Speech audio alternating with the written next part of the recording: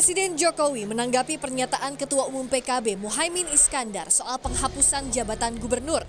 Presiden menilai usulan sebagai hal lumrah di negara demokrasi, namun semua perlu kalkulasi matang. Semua memerlukan kajian yang mendalam. Jangan kita kalau usulan itu, ini negara demokrasi, boleh-boleh saja namanya usulan.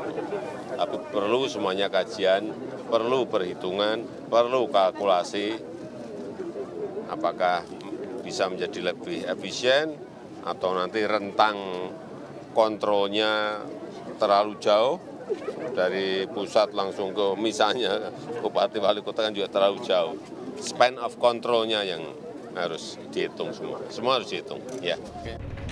Sebelumnya, Ketua Umum PKB Muhaimin Iskandar mengusulkan jabatan gubernur dihapus karena ia anggap tak efektif.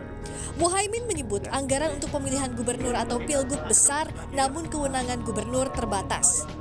Saya setuju harus dikaji secara mendalam bahwa jabatan gubernur dengan pilkada langsung sangat tidak efektif. Kewenangan dan tanggung jawabnya serta program-programnya tidak sebanding dengan lelahnya pilkada secara langsung, baik itu zona kompetisi pilkada langsung maupun praktek pemerintahan yang tidak bersentuhan langsung dengan rakyat. Yang bersentuhan langsung dengan rakyat adalah wali kota dan bupati. Karena itu kalau gubernur masih ada, lebih baik dipilih di level pemerintah pusat dan DPRD. Perkumpulan untuk Pemilu dan Demokrasi Perludem menilai usulan penghapusan jabatan gubernur harus lewat kajian mendalam.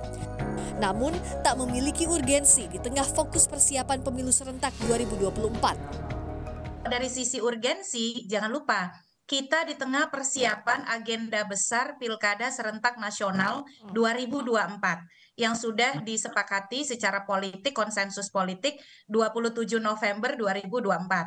Dan segala persiapannya sudah berjalan, termasuk misalnya meskipun kita sedang pemilu serentak, tahapan sudah berjalan, tetapi segala hal yang menyangkut untuk menuju 2024 itu, Pilkada Serentak Nasional November 2024, itu sudah dilakukan.